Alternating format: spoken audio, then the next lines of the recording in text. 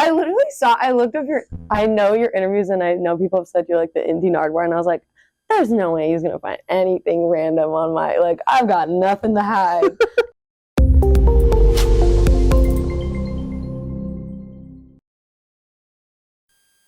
Hello, my name's Christian Lee, here for Earworm Digital. I'm here with...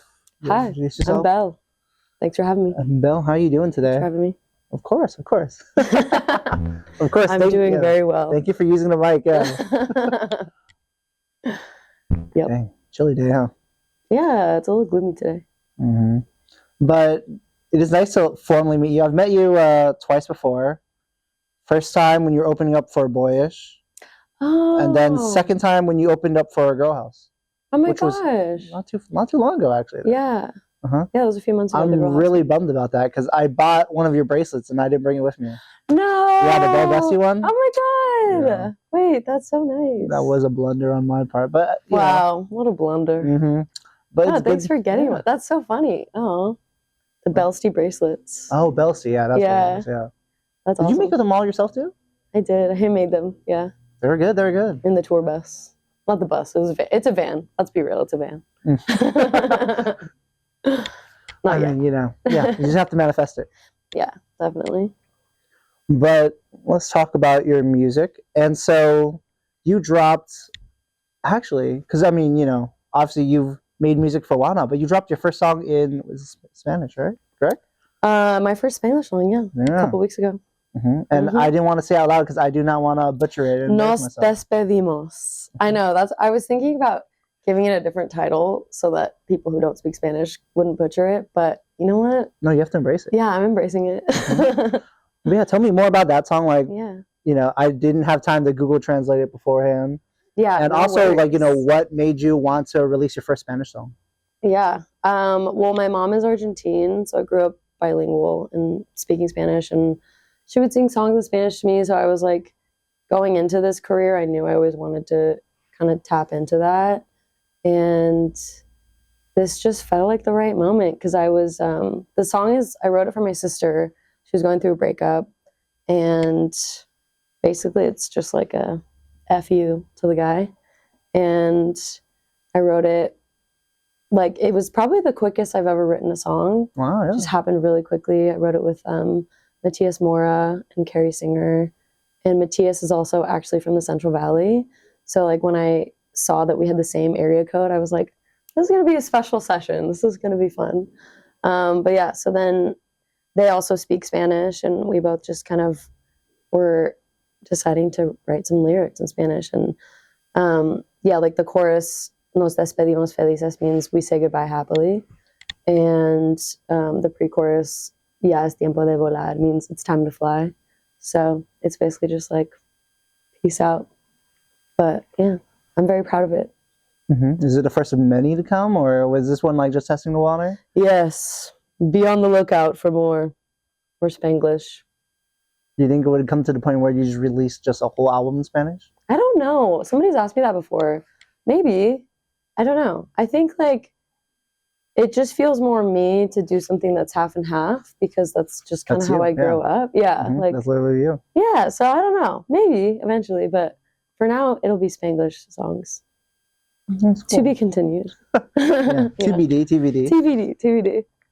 Well, let's talk about your project that you released last year too, Read the Room. Yeah. Oh, you know, I mean, I think everyone saw this, but Are You Okay? Banger song. Thank you. Thanks. But then, wait, when was the concert in December?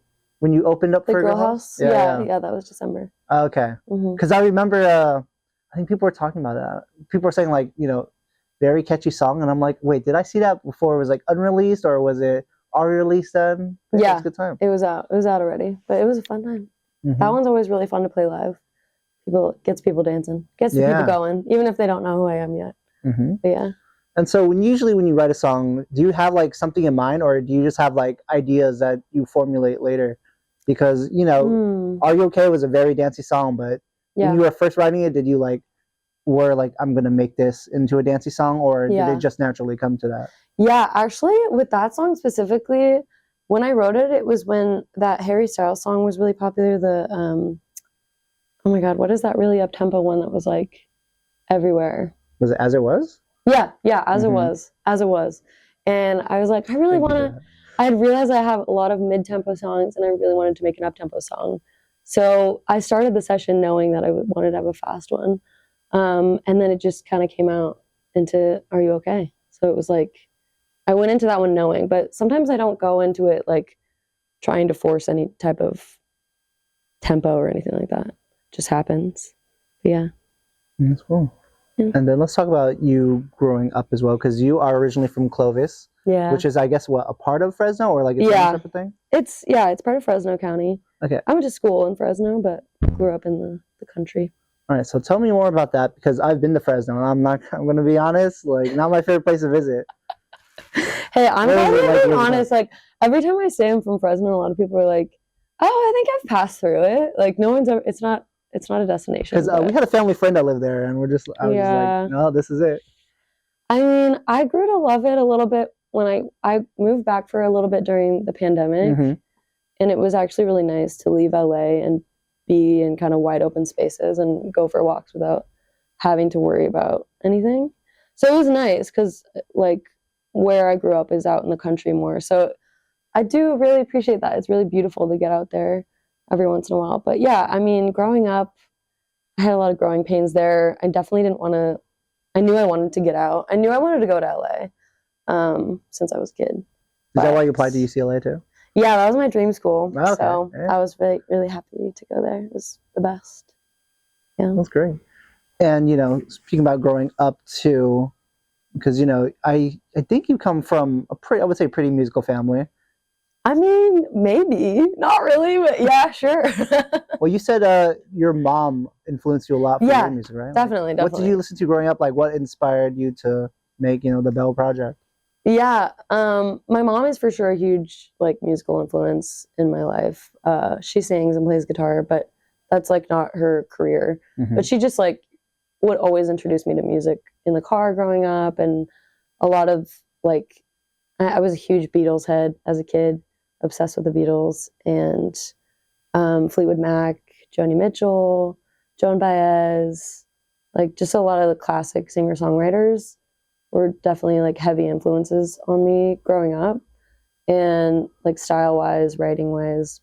And then, yeah, as I became, like, a teenager, started listening to more, like, of the indie pop of that era, like Vampire Weekend and Phoenix. And so there's, like, The Strokes, there's just, like, a lot of influence from that time of when I was, like, my formative years, for sure, like the contemporary indie. But yeah. Was that the question? That was the question, right? Yeah, that was the question. Influences? Yeah. But yeah, you kind of got lost there. I know. Wow, I really got carried away. But yeah, my family, I wouldn't say my family is very musical. My mom is. My sister sings too. But my siblings, like, 2 of my brothers are lawyers and 1 of my brothers a doctor. So it's, like, very, very practical family. All practical. Yes. Yeah. But, we've already met a few times, and believe it or not, I am friends with some of your friends, but I'm thinking right now, do you think we could be friends? Yeah, absolutely. Put it there. Rock on. Thank you. Hell yeah. Oh, I almost ate this. Sorry. Dude, that would have been bad. I don't think that would be good for you or me. Totally. Real quick question, though. Do you know, like, what your love languages are? Yeah, I think my love language is quality time. That's a big one for me, quality time. I think affirmations, like, that's how I give love. But also I enjoy receiving that. Wait, what are the 5? There's touch, affirmations, quality time, receiving gifts. Yeah. Oh, acts of service is one for me. Yeah. What about you? I think mine is quality time and gifts. Aw, okay. Love that. Anyways, enough about me, though. I have some gifts for you. Oh my God, what? Stop. Well, this is one of my love languages, so I decided, why not, So first one is Joni Mitchell. Stop. Oh this my God. This is my favorite album from her. Wait, oh Chelsea my God. Such a good song. This is incredible. Yeah. Thank you so much. What? Oh my God. We're best friends now. Hell yeah. I love Wait, thank you. This is crazy. Both Sides Now is like the song that my mom would like sing to us growing up. So this is very special. Thank you. Oh, put it right here in the middle. She can hang out with us. All right. Well, it looks like she's gonna have more company because I also got you this Fleetwood Mac album. No, yeah, live? Oh my god! From all the times I've seen you live, I'm like, I'm not getting a live album. Wait, this is so nice. Thank you so much. Oh my god, I feel so special. I feel bad I didn't bring you anything. It's your whole love language. It's okay. Damn, I gotta get you something next time I see you. Sounds good. That's so nice. And then I have one last one for you. I'm not fucking the mic up. Sorry. Am I fucking it up? Okay. Right. Last one. This is a little bit of a newer artist, believe it or not. But then I heard that you're a fan of her, and I've been listening to she just dropped some new stuff, and I've been big into that. And it's Charli XCX. Oh my god, love, obsessed. Yeah. How did you hear that I was a fan of her? How did you? I mean, maybe I post about her a lot. I probably do. Love her. I'm very excited for her new album. Do you listen to the 2 new songs she dropped? I briefly did yesterday, but I gotta dive into it more. I'm just I'm a stan. I'm a Charli stan for sure. For sure. Me too. The two women in my life, Joni and Charli, amazing. Okay. And Stevie, the 3 women. Of course. Yeah. Wait, that's so nice. Thank you so much. Of course. Anything for fun. Oh, I love that. And let's dive a little bit deeper into you. Sure. And let's talk about, so, you at UCLA, you played music as well. And I believe you were in a group called Sage Street, correct? Oh my God, yeah. Yeah. That was funny.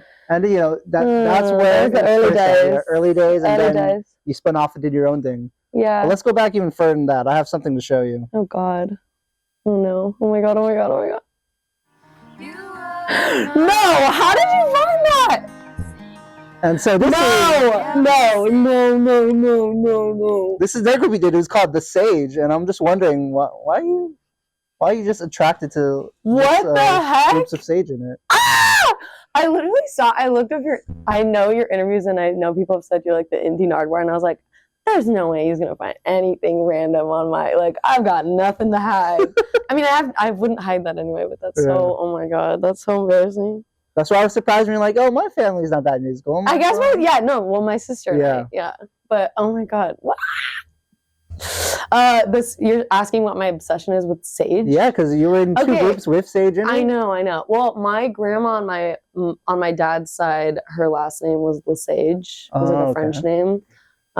So I think my sister and I always were like, that's such a cool name. So we wanted to incorporate that. But yeah, that's why. That's so funny. Oh God. I hope I'm not blushing. No, you're good. And then another question, since we're on the topic of family too, I heard, is it true that at your family's house, there's a sequoia tree in the backyard? There are 5. Yeah, there's 5 trees. Wow, that's great. Well, not sequoia, not big, massive ones, but there's I hope that's what they're called. I mean, we have my dad planted a tree for each kid, if that's what you're referring to. Yeah. There's 5 of us. Is that what you're talking about? Yeah. I don't know. How would you know about that? That's what I heard. Who told you that? So, next question. I don't know how you would know that, actually. Who did you talk to? That's crazy, huh? Crazy. Did you look it up? Did you look up a photo of my backyard?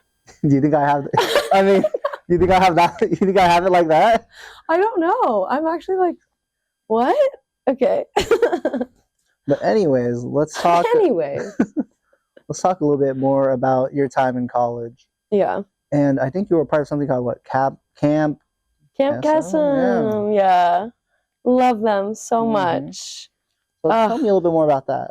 That's a big part of my college experience.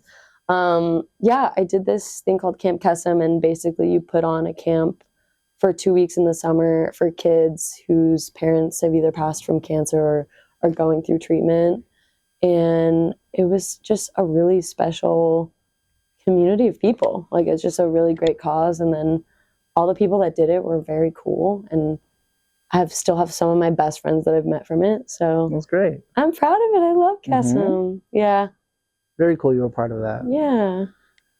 But enough about the past. So let's talk about the future. Okay. And so you are having one show upcoming. Wait, is it next week, right? Yeah, next. I don't know when this comes out, but hopefully on the 11th, April 11th, at Gold Diggers.